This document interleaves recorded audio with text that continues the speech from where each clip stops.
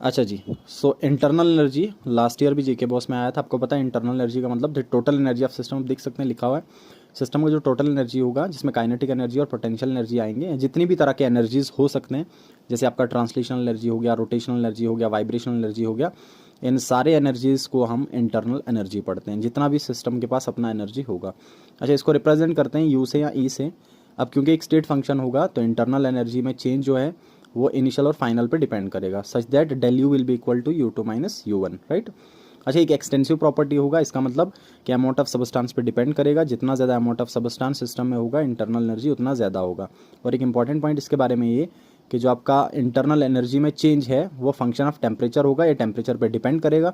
अगर टेम्परेचर बढ़ेगा तो इंटरनल एनर्जी भी बढ़ेगा, और अब अगर टेम्परेचर घटा दोगे तो इंटरनल एनर्जी भी घटेगा, and vice versa, right.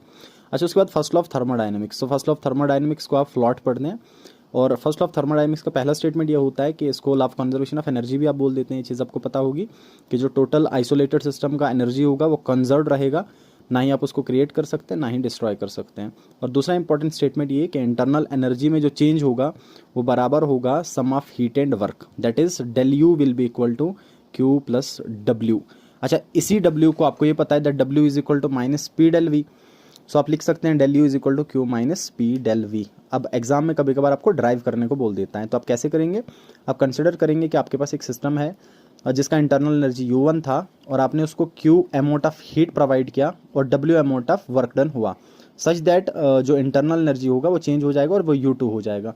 So U2 बराबर आ जाएगा U1 plus Q plus W। अब U1 को पीछे लेके आ जाइए तो यह हो जाएगा U2 minus U1, that will be equal to Q plus W, and del U2 minus U1 is del U since it is a state function, so del U will be equal to Q plus W, ठीक है। और इसका जो limitation होगा वो ये होगा कि first law of thermodynamics conservation of energy की बात तो करता है, बट ये डायरेक्शन ऑफ हीट फ्लो की बात नहीं करता।